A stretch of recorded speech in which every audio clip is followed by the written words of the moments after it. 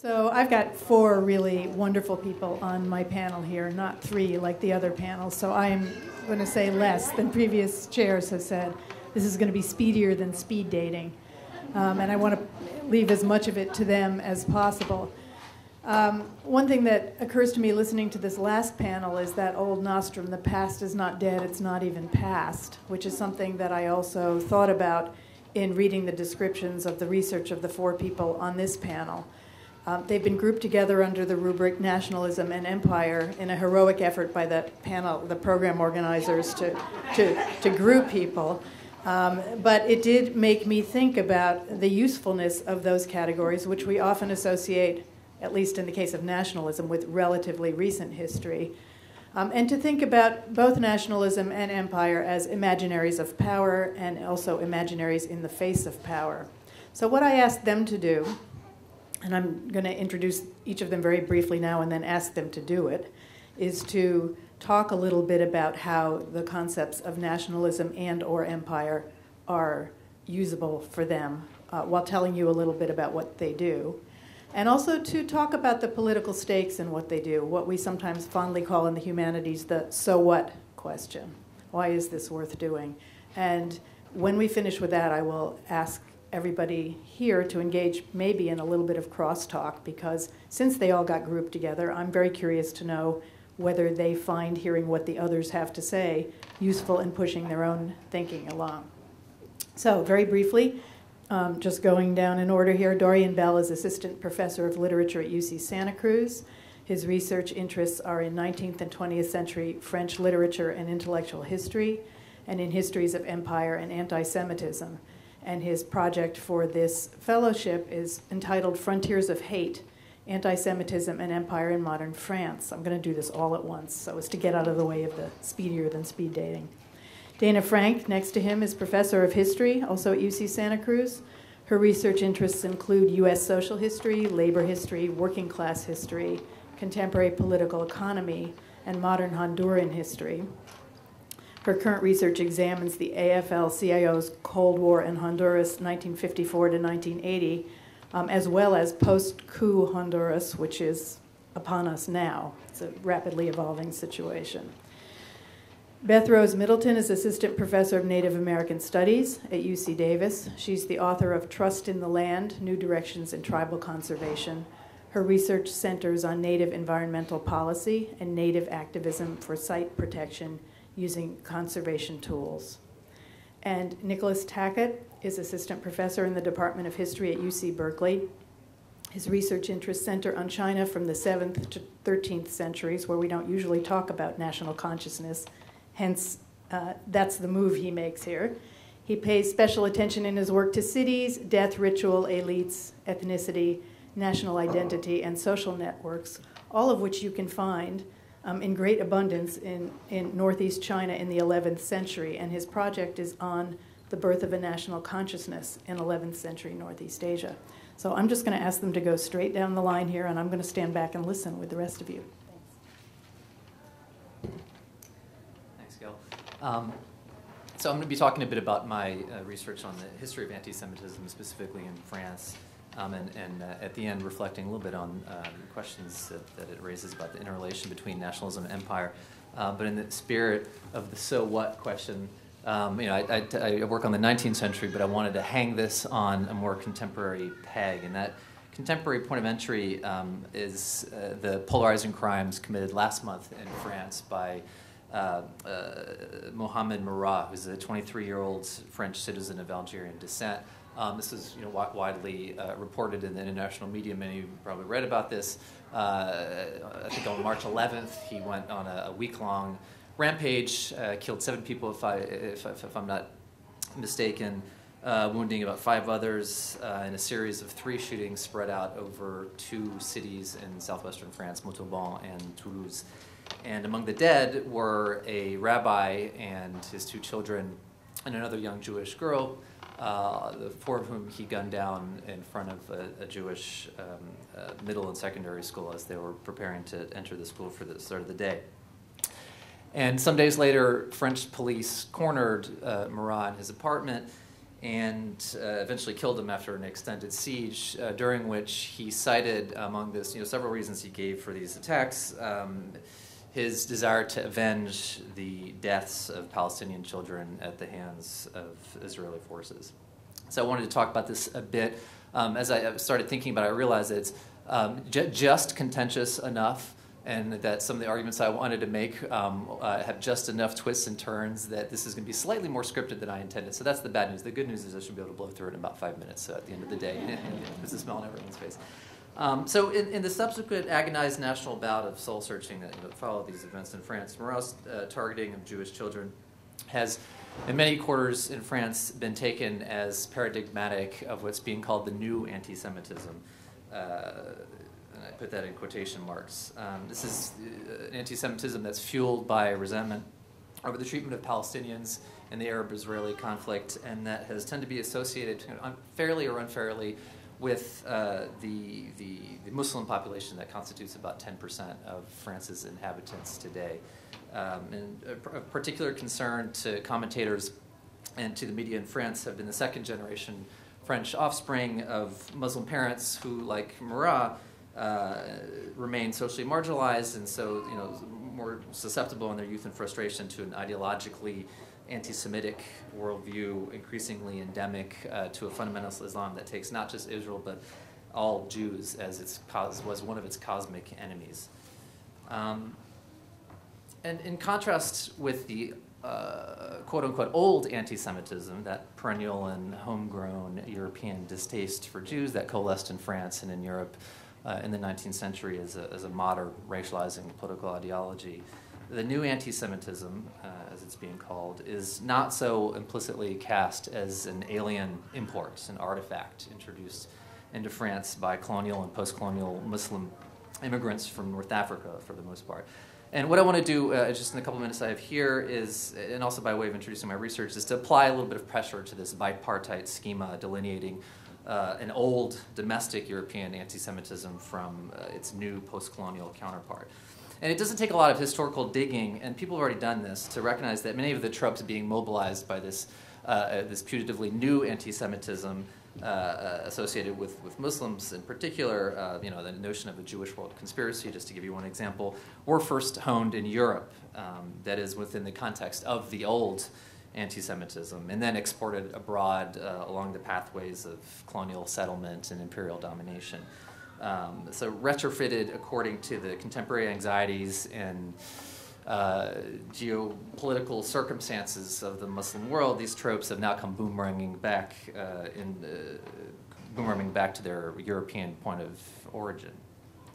But what's even less appreciated, and this is where my research is centered, is that already in the 19th century, the so-called old European anti-Semitism was itself being forged in the crucible of empire. So just to give you an example, Edouard Drumont, who was the high priest and codifier of modern French anti-Semitism in the 1880s and 1890s, really drew inspiration from a really kind of virulent, unpleasant new brand of political anti-Semitism that emerged in the French colony of Algeria, and that was developed by European settlers there, not just of French extraction, but of Italian and Spanish and Maltese origin too. And so too did the 1870 Crémieux decree that enfranchised Algerian Jews en masse, making them French citizens, also become an especially potent rallying cry for French anti-Semites in the metropole. And the point I want to make is that just as the new anti-Semitism isn't quite as intrinsically Muslim as advertised, neither is the old anti-Semitism as monolithically old or narrowly European as it's been taken to be.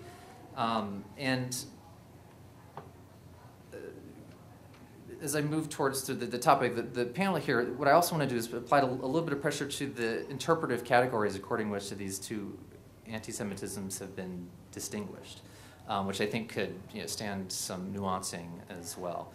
As the logic of the dichotomy is sometimes expressed, the old anti-Semitism was rooted in a xenophobic nationalism of the sort that helped birth national identities in the 19th century. while the new anti-Semitism has adopted a more transnational guise. It was catalyzed by post-colonial migrations, by Muslim diaspora, of the sort that pits pan-Muslim solidarity against this common Jewish cosmic evil. Yet what this dichotomy neglects is that, and I've already tried to describe this a bit, late 19th century French anti-Semites weren't just grappling with the phantasm of non-national interlopers come to threaten the nation. They were also contending with the reality of a nation acting under frequently nationalistic pretenses to willingly expand its imperial borders and incorporate within its territory and its body politic an ever greater heterogeneity. Imperialism, in other words, at least in this nationalistic configuration that it took in the late 19th century during the European scramble for Africa, marked nationalism's supplement to itself, the moment in which its ambitions of political mastery ran headlong into its ambitions of cultural purity. And there's a lot more we can say about this national imperial paradox, and maybe we'll talk a bit about it as a panel.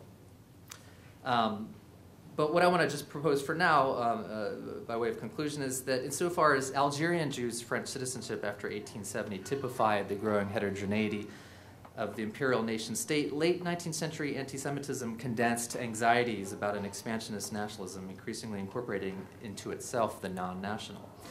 And the reason this matters today, I want to add, is that a similar dynamic, I think, is playing out, only the terms are more or less reversed. Now it's not the Jews, but the so-called new anti-Semites, which is to say France's Muslims, who, by virtue of their post-colonial incorporation into the national body, are condensing anxieties about the French nation having inadvertently absorbed something, namely fundamentalist Islam, inherently extrinsic to its national cultural values.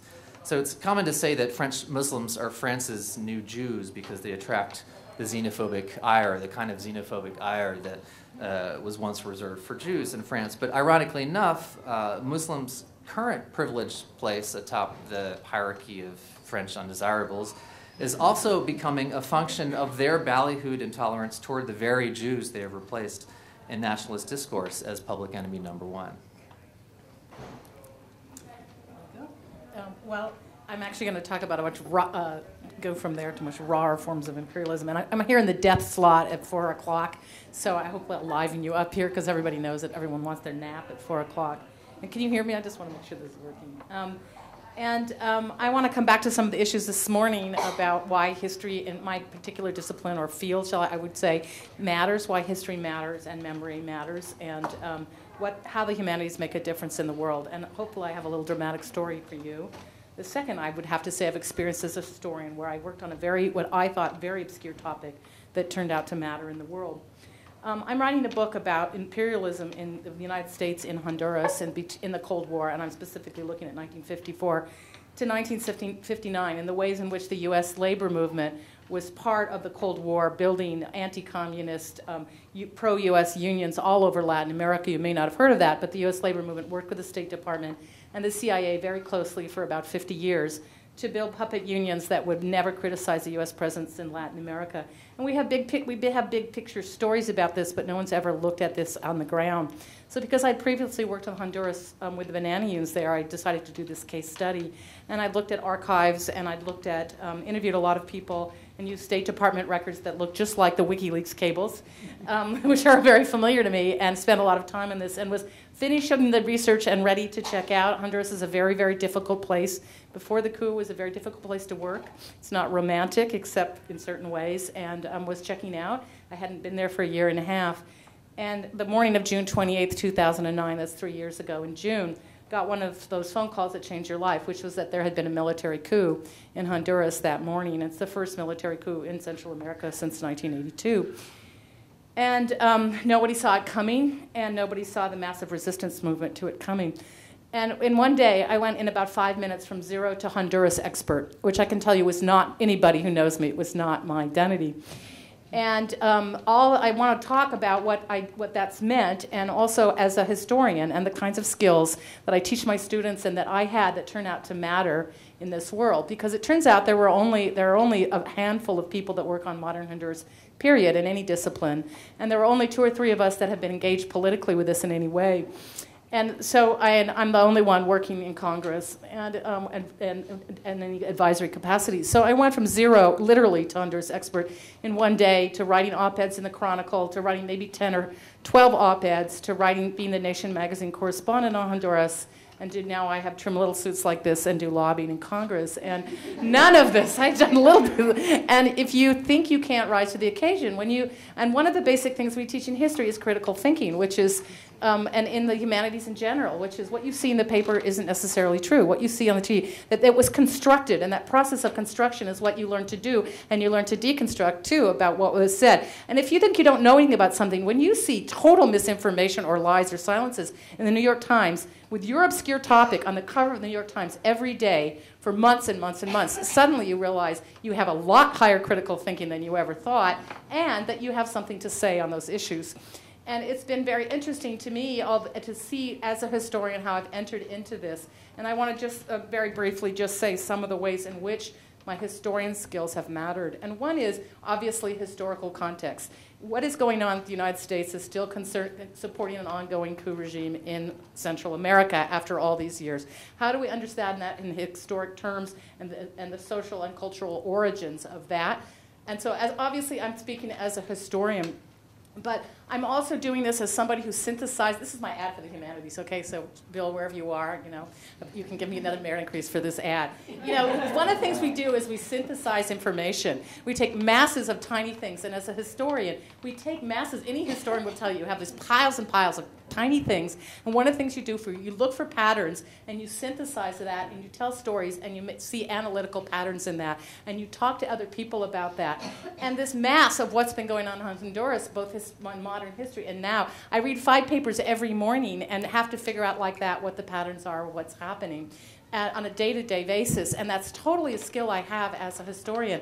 I'm reading WikiLeaks and analyzing U.S. policy in Honduras, WikiLeaks cables, just like the historic cables that I've read in my piles of State Department documents from the 50s and 60s. It's the exact same set of skills to try to understand what the State Department is doing now.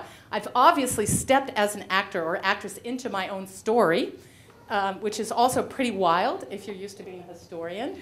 I was even invited by the AFL-CIO to lobby against the coup and about labor issues in Honduras just 3 weeks ago. So I literally became a character in my own specific book, which has been very wild and thrilling, needless to say. But some of this also is that I'm always teaching my students about how to read, and also always teaching them that writing matters. And writing isn't just writing for the teacher. You're trying to actually persuade somebody something, make them feel it, make them laugh, make them cry, make them be outraged. Make them have a logical argument with evidence and show the other side in order to criticize it later. All these skills that we teach our students are totally part of my daily life now in ways that I didn't imagine. It turns out I have that skill set to walk into congressional aid and try to convince them to do something about U.S. imperialism now. So it's not an abstract thing for me anymore. Not that it ever was if you've ever known me, but and I just tell you this teaching story, and I'm just about done here, which is I teach in my day job, as I say now, U.S. labor history, and I go all the way from the 18th century to the present, and the last final question in the second half of a 2-quarter sequence is, it's the day after school's out, and you get this phone call from the head of the AFL-CIO. What can you learn from U.S. labor history since 1945 to revive the labor movement, using the texts from this class and what you've learned, okay? Just one of those questions that many of us have on take-home exams. I actually got an email some months ago from a congressional aide saying, and I can't exactly give this whole away what it was, but I'll have to sort of not get, okay, it's saying, I have a meeting with X high official in the relationship between the U.S. and Honduras in 4 hours. What should I say? Okay? I'm not kidding, I didn't make that up. So you have okay, what have you got ready to go? What are your documents you have access to? How do you synthesize that? What evidence do you have for the nature of the problem and the nature of the solution? And how do you produce that in 3 hours? Okay? Just like a take-home exam, only you didn't get to take it home. Right? So I do want to say that these things that I teach my students to empower them, let me just say that we're supposed to be in this democratic society, right? We all know that, and there actually turn out to be some elements of democracy out there. I've discovered that actually there are people in Congress who are interested. And if we're supposed to be, and we're in this imperial society, and we're trying to say, wait a minute, how do we, as citizens who are, I like to think, critical of being an imperial power, how do we actually have democratic practices to counter that? And one of that is the humanities is, I think, essential to that, to our ability to inform ourselves historically, to do the kind of serious historical research. I don't go into my historical research saying what I'm going to find, and I'm going to use this to go fight imperialism. I want to understand how it worked, and I want the skills to understand that so I can better see what my role might be, or my students or my readers might be in entering into a historical process and that imaginary future with the Honduran people as well, not just with my own vision of how I'm going to intervene here. And I really do think that this set of skills is about democracy and citizenship and the best of who we are, fighting the worst horrors in the world. Honduras is now the highest murder rate in the entire world, and the U.S. is actually increasing, my political thing, increasing military funding to Honduras as we speak in the name of the drug war. So there are very high stakes here for the kind of work I think that all of us are doing in the humanities. I'm glad to follow that. I think that's a very powerful point to think about how the skills we have in the humanities inform our ability to be effective advocates and to contribute to more equitable policy making. I think all of our very diverse topics here look at some aspect of nation or empire building processes set in motion at a particular time period in history, and then how those processes and responses and contestations of them continue to shape politics, society, culture, and in my case, the land today. So for about the last 10 years, I've been working in partnership, particularly with Mountain Maidu organizations and individuals, to map Mountain Maidu and other Native American, including Pit River, Washoe, and Paiute, Indian allotment lands in the northeastern Sierra Nevada, about 6.5 to 7 hours northeast of here. And so this project is focused on digitizing the history of these lands into an interactive map so that you can find the allotment parcels on the map, click on them, and documents I've found in historical archives, photos, and maybe some voiceovers of some of the history of these parcels will come up. And I think the result will be a model, I hope, of digital humanities for environmental policy making. And it specifically applies to a current issue today on the land, as some of these very same lands are now available for divestiture to a conservation holder from their current owner, the utility Pacific Gas and Electric. So this is an ongoing process. And to try to think of this in a broader context, we can think of America, I think, as both a nation and an empire. And I use empire in the sense of expanding to claim the territories of individual Native American nations within relatively newly drawn American borders.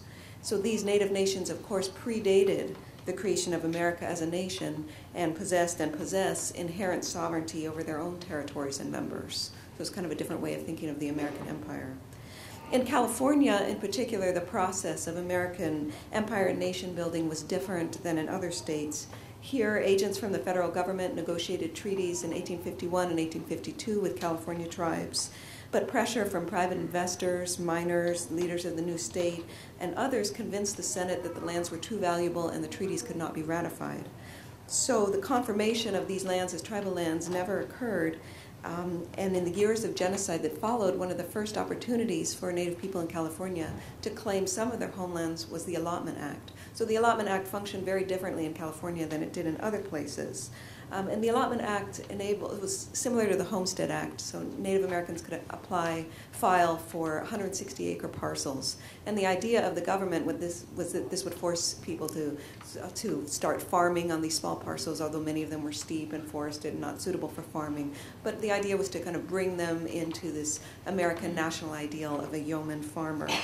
But there was also, of course, the attempt to break up collective Native land ownership and to break up a sense of Native American nationalism within Native nations. So it was a complex process. But in California, at least, it was an opportunity to claim some of these lands as Native that would not be removed by settlers. But of course, that didn't happen. Many of these were canceled very quickly, and that's the process that I'm tracing to show the importance of understanding that for contemporary decision-making about how those lands should be managed and who should be involved. So I would argue that both public and private empire building were and are happening on Native American lands, and many Native people continue to resist both of these. So in a public sense, you have taking of Indian lands by settlers sanctioned by the government, non-ratification of treaties, and then limited lands available via the allotment process. But in the private sphere, there's an ongoing process of private investors and companies also claiming native lands to access important natural resources on them, timber, water. These lands in particular in Mountain Maidu country are the headwaters of the State Water Project. So when they were appropriated as allotments from the tribal members, they were flooded, and then we used the power from that to power probably some of the power we're enjoying right now. So today, the public sphere and the private sphere are intertwined. We have this quasi-private utility company, Pacific Gas and Electric, being forced via a public process and out-of-court settlement with the California Public Utilities Commission to divest these lands in the northeastern Sierra for conservation and public benefit. And then private groups and public agencies such as the Forest Service and Department of Fish and Game are competing for title to these lands. And the terms of the settlement and divesting these lands don't call in any way for attention to the history of these lands. The group in charge is not supposed to address that. This is an example of what I see as a very ahistorical conservation process naturalized as a public good for a limited segment of the public. So my project is trying to tell some of the hidden stories that tend to disappear in a blanket explanation of nation building that hides actual specific processes of national development, ongoing contested histories, and specific lands within a nation. I'm using digital cartography, which is often a tool for nation building and coloniality and imperial expansion, to counter these colonial impulses as they continue in the present with indigenous mapping. So if we can map these lands and visualize what happened to them over time, a hidden spatial history is returned to the map and can be used and visualized for contemporary policymaking. So finally, the goal here is to potentially disrupt ongoing colonial imperial project that naturalizes these lands as American lands needing conservation rather than as Maidu lands needing restitution, recognition, and protection. So I'm going to now move back 1,000 years into the past.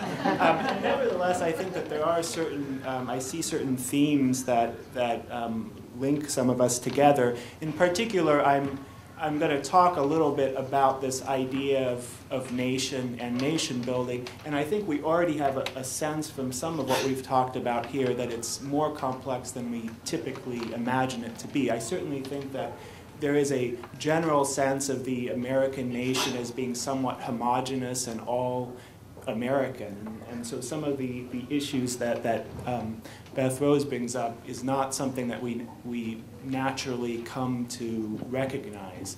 And similarly, Dorian made reference to this at one point towards there is some issue of a sense of a transnational community among some Muslims, for example. So again, you could have certain ideas of a nation that aren't defined in the way we typically imagine it to be defined.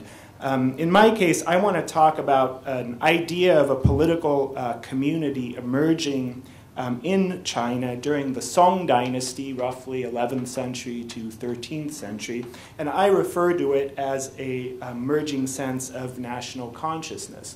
This is, of course, deliberately provocative, and it actually provokes two different groups of people. On the one hand, I provoke Chinese nationalists who like to make claims like China has existed for 5,000 years.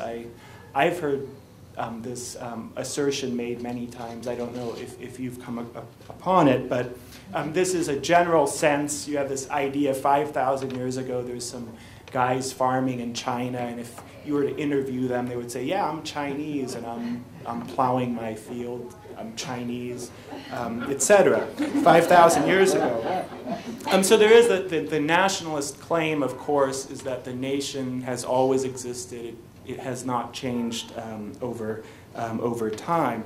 On the other hand, the other group that I provoke are my colleagues among historians who study the development of the nation state. And there's a very clear narrative where the nation is put into a modernity narrative. You have empire, and then leading into the nation state.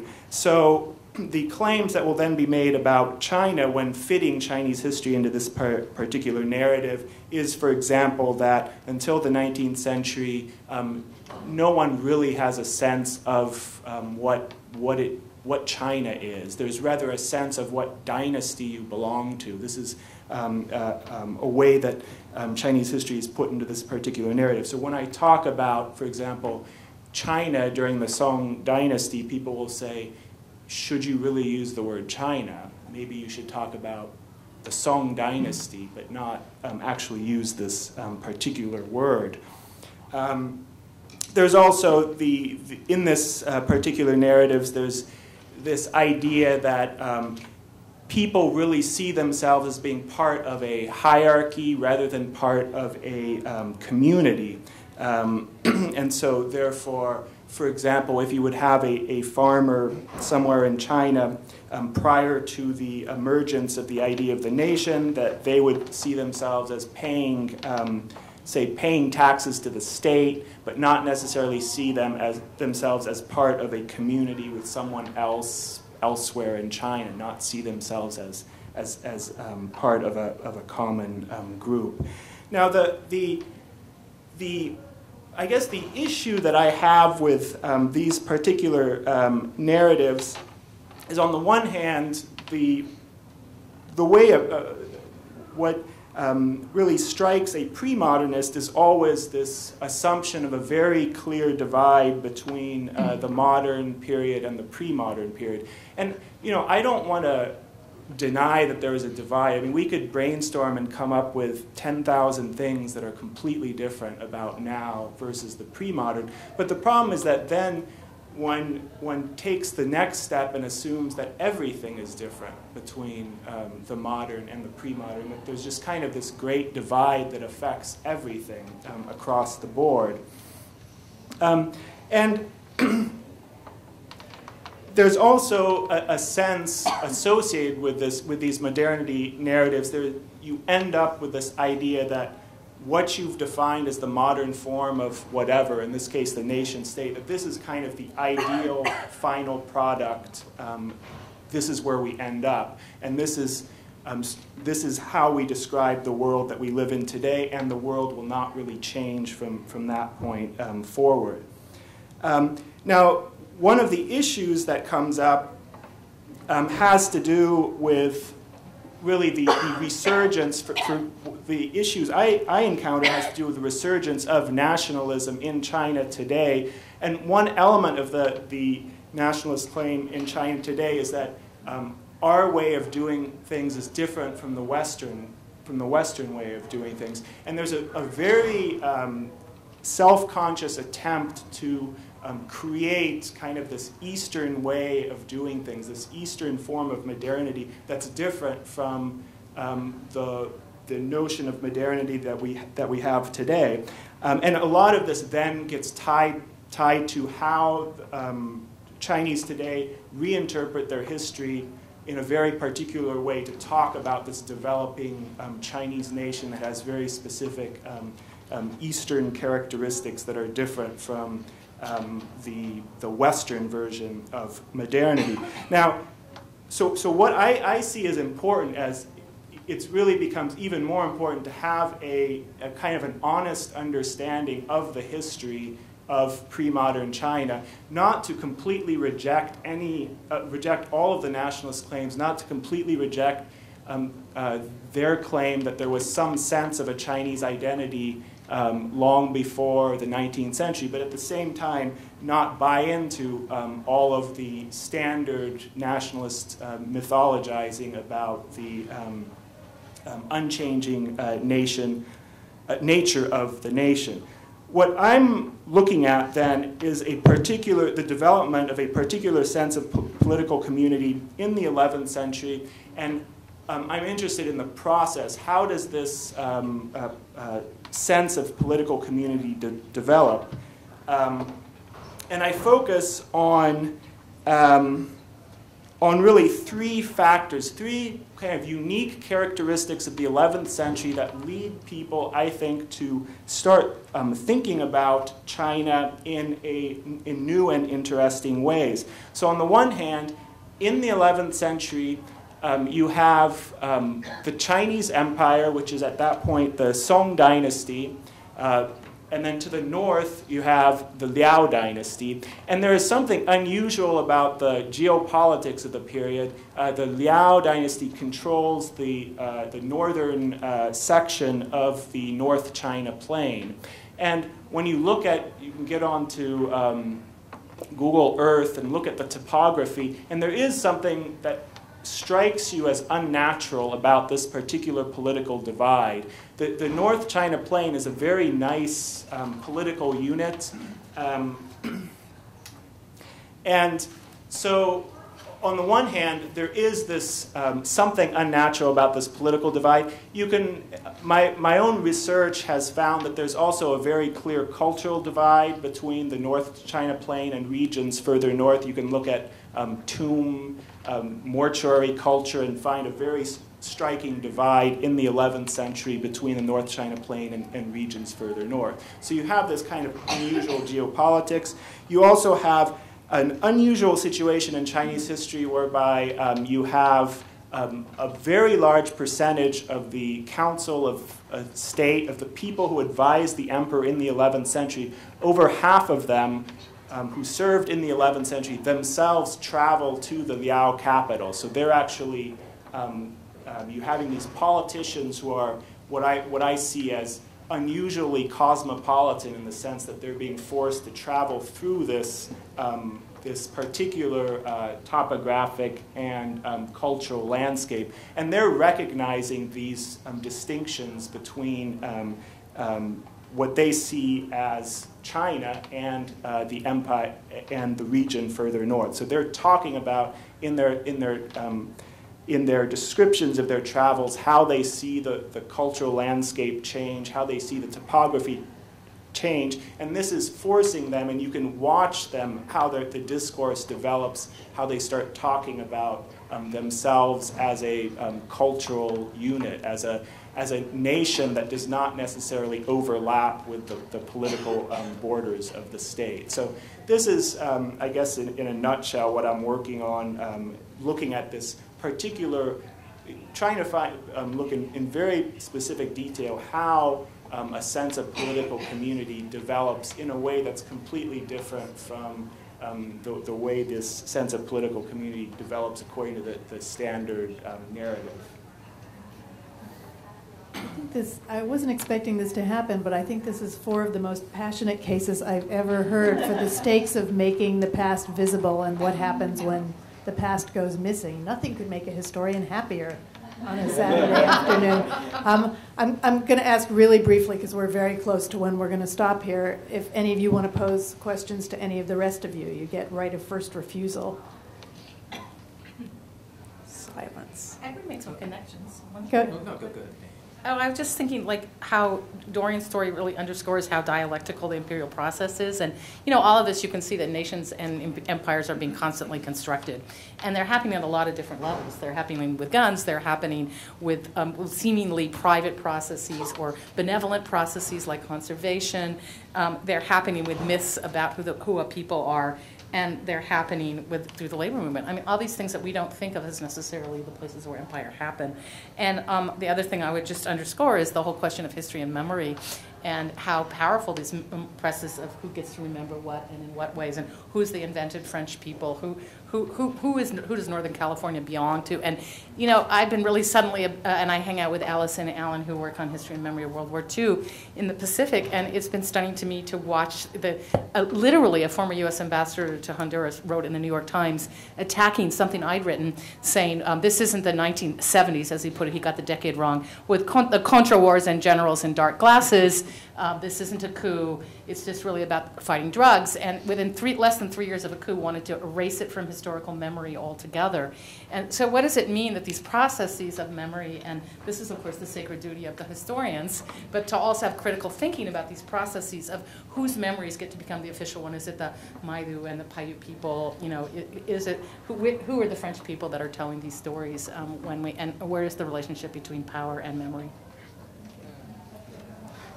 Yeah, I mean, I think that's one of the interesting questions that sort of emerge across the board here is the question of the reciprocality between nationalism and empire. I work on 19th century empire, and so it's often been represented as a kind of metastasized nationalism, right? It's this an outgrowth of nationalism, and I mean you can take issue with that too, but you can reverse the causality here and think of an American imperialism that couches itself in terms of nation building, right? Or even in Beth Rose's intervention here, what was really interesting was that you were using nation building and empire building more or less interchangeably, right? But it feels so natural, and I'm wondering why that is. Is the kind of nation building that we're accustomed to doing as a country, the United States, is the fact that we were once an imperial outpost, did that prime the pump for this brand of nation building? And so that's something that it's not to hopefully not to mischaracterize the way you put it. It depends on your perspective, from what point of view you're looking at it. So from the point of view of someone not questioning that that everything within America's boundaries is a nation, we're looking at nation building. But if you're looking at the fact that there are existing nations within America's boundaries, then you can see empire building within American nation building. Mm-hmm. Yeah, I mean, in the French tradition, an argument has been made that the template for French imperialism in Africa, in the Far East, was laid by an internal process of colonization that led to the establishment of a national consciousness in France. I think it is my duty to end the panel while people are still wanting more and to invite you to come talk to everybody individually. Thank you all very much.